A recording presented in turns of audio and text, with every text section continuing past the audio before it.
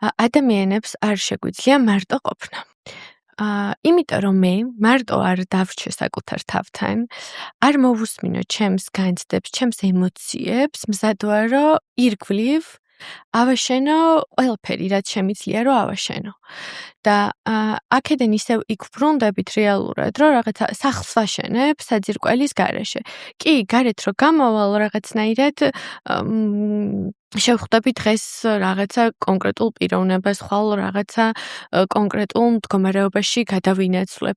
მაგრამ როცა სახლში ვბრუნდები და საკუთარ თავთან და იმ განცდას მაინც ვერსად ვერ წავიღებ და მაინც არსებობს, ხო?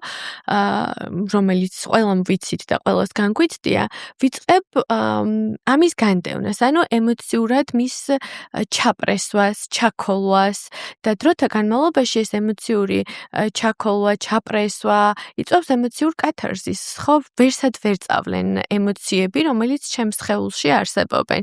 რამდენ ურთიერთობაშიც არ უნდა შევიდე, რამდენი ჰობიც არ უნდა გავიჩინო, თუ მე რაღაცა საწყისი არ მაქვს დამუშავებული, რომელიც რეალური საწყისია და რომლის გამოც პირობითად და რომელი მდგომარეობაც მაიძულებს, რომ ბევრნაირ ურთიერთობაში შევიდე, ან უკვე შეიძლება რატომ მაინც და მაინც რაღაცა ბევრი ურთიერთობა, ან მრავალი ურთიერთობა, შეიძლება რაღაცა ურთიერთობაში ვარ, კონკრეტულ ერთ ურთიერთობაში და აქედან გავრბოდე, ხო? იმიტომ რომ არ მინდოდეს თვალი გავუსწორო იმ ტკივილს, იმ რაღაცა მატრამვირირებელ მდგომარეობებს, რომელიც ჩემზე ახდენს ზეგავლენას.